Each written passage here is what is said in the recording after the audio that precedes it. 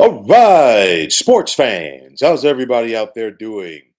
William Martin coming at you one more time here on YouTube with another edition of the 300 Pounds of Sports Knowledge Podcast.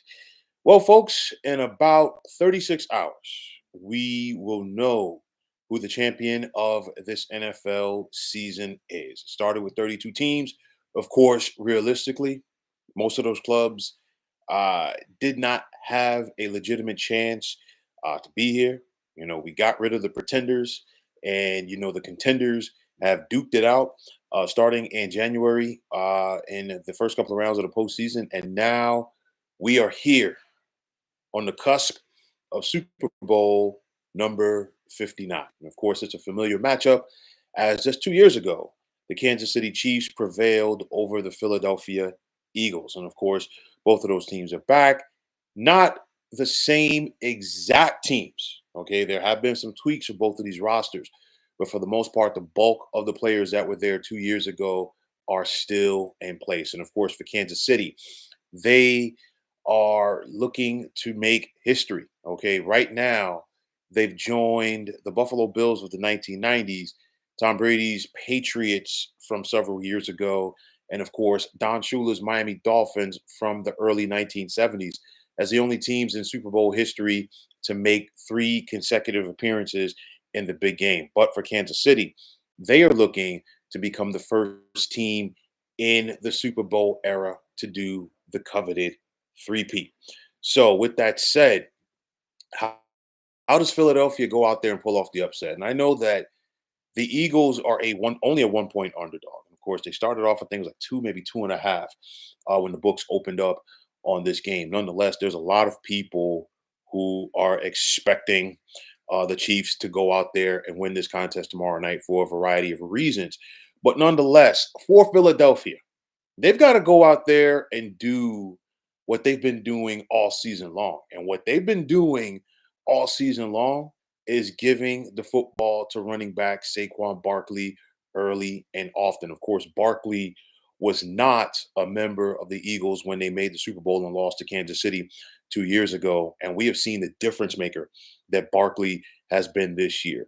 He is just the ninth player in NFL history to rush for more than 2,000 yards in the season. And a lot of people, myself included, feel that had Barkley not sat out the Eagles' regular season finale against the Giants, we would have a new single season rushing king. However, Barkley is looking to join Terrell Davis. Of those nine players that have eclipsed the 2,000-yard mark for rushing in a season, he's looking to join TD as the only players to rush for more than 2,000 in a season and also win the Super Bowl. But like I said, they've got to give the football to Barkley. We know about the home run factor of Saquon Barkley, and that is going to be important because one thing about this Kansas City defense, you can move the football on them, yes, but they do not give up touchdowns in the red zone. So, with that said, if you give the football to Barkley and he gets in space, he has the ability to take it to the house, and that is going to be vital if Philadelphia is going to win this game tomorrow night. And of Barkley's season, like I've been saying and I keep saying, only of the loss late in the season to the Washington Commanders, and of course early on in that game, the Eagles lost quarterback Jalen Hurts to a concussion. That was the only time this year that Barkley gained at least 100 yards on the ground, and Philadelphia lost. And you look at what he has done so far in this postseason for the Eagles in the wild card round. 119 yards against the Green Bay Packers, 205 yards against the Los Angeles Rams, and 118 more against the Washington Commanders in the NFC Championship game. And for this playoff run by Philadelphia, Barkley is averaging 6.7 yards per carry. I guarantee you, this Kansas City defense, led by defensive coordinator Steve Spagnuolo, they're going to have 22 eyes, glued on Saquon Barkley any and everywhere. And they want to try to go out there and slow down that rhythm. It's going to be important to see if Kansas City's defense is going to be able to get Philadelphia out of their ground game. I think they're going to go out there and try to slow down Saquon Barkley early, definitely. But Philadelphia has one of the better offensive lines in football. Okay, and they're not going to get off of that. They're going to put a lot of lean on that Kansas City defense. And like I said, you can move the football against Kansas City, and then again the explosiveness of Saquon. Now, if Kansas City is able to have success or try to go out there and slow down this run game of Philadelphia, I could see the Eagles trying to loosen it up with their pass because you still got Devonta Smith and you still got AJ Brown at wide receiver. Not to mention Dallas Goddard at tight end, and then Saquon Barkley coming out of the backfield as a receiver as well. A dual threat right there. TFX, no, I didn't, my man. How's it going? I am just getting warmed up, so hang tight because I got a lot more to talk about this game. But you look at Jalen Hurts, okay, and it's one of those where Jalen Hurts is good, but it's not a situation where he can or he has to try to go out there and put this team on his back, and that's going to be important because as long as Jalen Hurts continues to do what he has been doing, play within the system, rely on the people around him. And I'm not saying that this kid does not have talent, but keep doing those things, and Philadelphia will have a shot. And we've seen Jalen Hurts in this postseason running a little bit more, getting the football to the playmakers around him. And I think what Philly has to do offensively, they've got to go out there and play keep away because Patrick Mahomes can't beat you if he is on the sideline, with a clipboard and a cup of Gatorade in his hands. But it's going to be important because I talked about this Philly running game. Kansas City is also eighth against the run this season. So it's going to be very interesting who wins out. But I think as long as Philadelphia stays with their ground game as this game progresses, that Chiefs defensive line will wear down. Like I said, the Eagles, they've got to go out there and they've got to win the line of scrimmage. And most importantly, when you play Kansas City, you can't settle for field goals. Field goals or wins for this Kansas City defense. And I say this because, and this Kansas City team as a whole, because it's one of those where scoring touchdowns, you've got to keep putting the pressure on the Chiefs and you've got to be aggressive on offense. On top of that, Jake Elliott, the Eagles kicker, and this is going to be important. They're playing indoors in this game, but he has missed 8 field goals this season, and he did miss one extra point. And we saw that, with his struggles at times this season. Will that be a factor tomorrow night in the Superdome? On top of that, for this Philadelphia defense, they've got to get to Patrick Mahomes. There's no ifs, ands, or buts about it. We know about some illnesses on this team leading up to this game with the likes of Jalen Carter. But, the youngsters from Georgia, I think Jalen Carter is going to be ready to go. Jordan Davis, can he go out there and plug up the middle, okay, and open things up for the guys around him on defense? That is going to be important. You got this Eagles secondary against the Chiefs wide receivers. Advantage Eagles if they're getting pressure on Patrick Mahomes, because if you don't get pressure on him, he's so cerebral back there. He's going to find a way to go out there and make a play. And then, of course, the Travis Kelsey factor. It's a guy, you know what?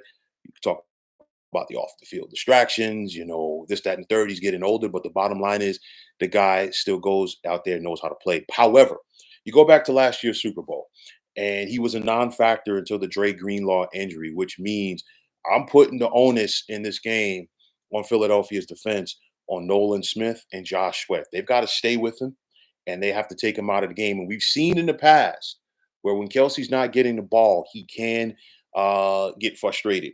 You're saying TFX. You're saying the Eagles need to be up by 2 scores to have a chance. Hang tight, because I got more to say about that. I'll tell you that right now. Eagles defensive coordinator Vic Fangio has been known to be blitz happy throughout his illustrious career, but he's 0-8 career wise against Patrick Mahomes. So it's one of those. What is Vic Fangio going to cook up or be able to cook up tomorrow night to make anything different against Patrick Mahomes. You got to wait and see. To your point, TFX, the Eagles need to go out there and be up by 2 scores. Why? Because if you keep it close going into the fourth quarter, Mahomes and the Chiefs always tend to find ways to win these games.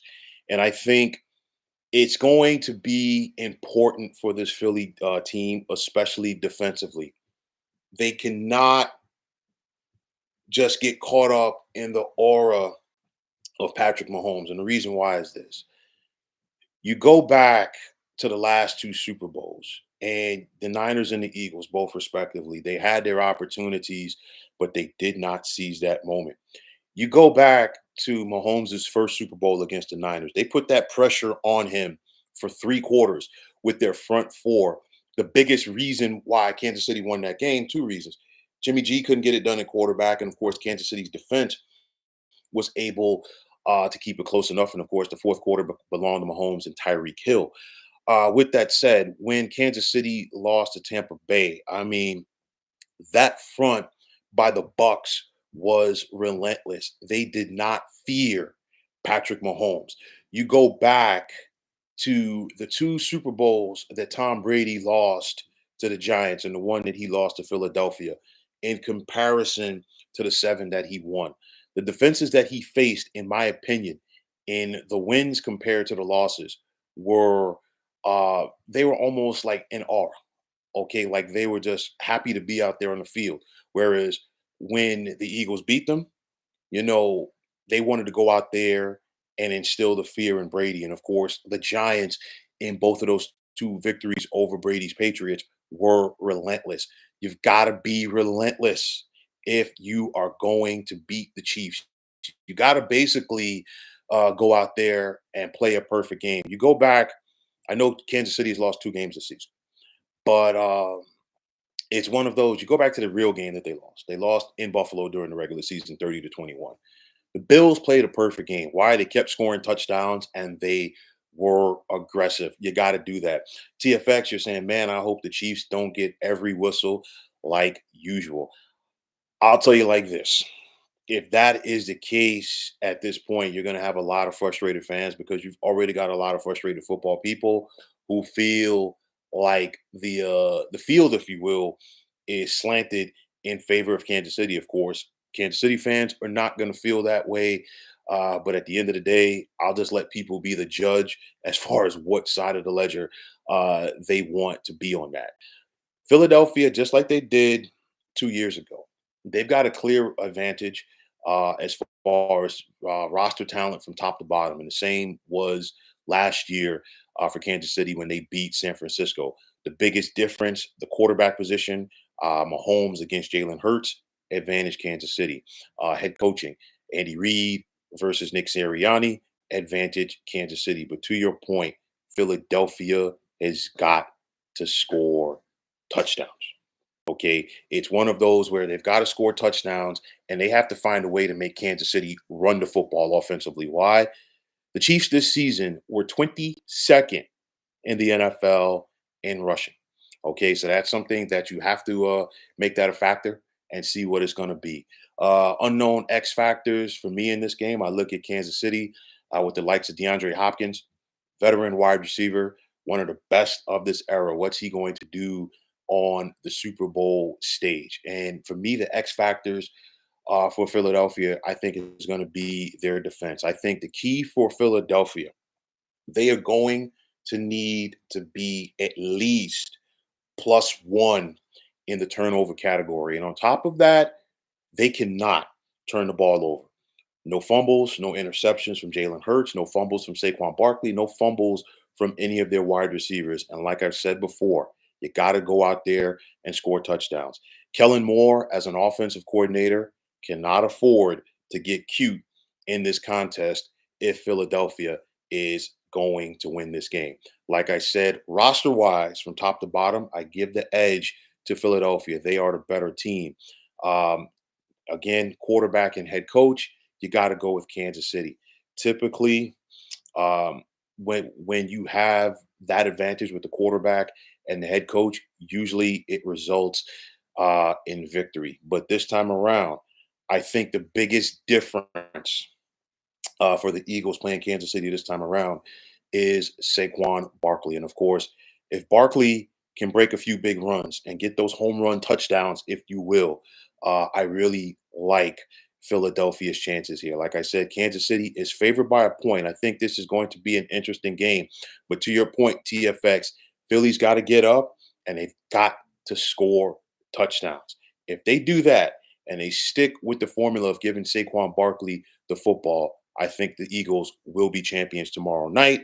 Thus, I am going to say Philadelphia 27, Kansas City 23. And that's another important factor right there because if you look at Kansas City's season, 27 is a key number. Why? Because there's only been a couple of teams that have scored 27 points or more against Kansas City this season. Carolina did it earlier this season in a 30-27 loss. And Denver did it when they beat them 38-0. And then, of course, Buffalo did it twice. Buffalo beat them 30-21, and then Buffalo lost in the AFC Championship game to Kansas City 32-29. TFX just saying, I hope they show Joe Shane's face when Barkley scores 3 touchdowns. I'll tell you like this. If the Eagles do win this game, and Saquon Barkley is your MVP. How about this? How about John Mara handing Howie Rose the Lombardi Trophy? And how about Joe Shane handing Saquon Barkley the Super Bowl MVP trophy? Because I really do feel if the Eagles are going to win this game, Saquon Barkley will be the game's MVP. But nonetheless, I'm going to say Philadelphia 27, Kansas City 23 for Super Bowl number 59. But folks, that's going to wrap it up. And as always, I want to take this time out to thank each and every one of you for tuning into the 300 Pounds of Sports Knowledge podcast. I want to take this time out to thank all of you fine folks out there for tuning in. And if you haven't already, please feel free to subscribe to this channel. And also, please feel free to like this podcast. Also, if you are on Twitter, please feel free to follow me at 300 Pounds of Sports. And like I always say, if you follow me, it'll be my pleasure to follow you right back. There's also the sports discussion group on Facebook at the Sports Depot 365. You can check it out, drop a line, and be a part of one of the better sports debating sites going on social media. TFX, my man, as always, it was a pleasure. I don't know what's going to be your go-to food for tomorrow night, but I'll tell you where I'm coming from. I can never say no to some wings and some dip. So that's where I'm going to be. But nonetheless, fine folks, my name is William Martin. I am signing off, and I'm saying thanks once again for tuning into the 300 Pounds of Sports Knowledge podcast here on YouTube. Take care, have a good weekend, and enjoy Super Bowl number 59. Be well, everybody.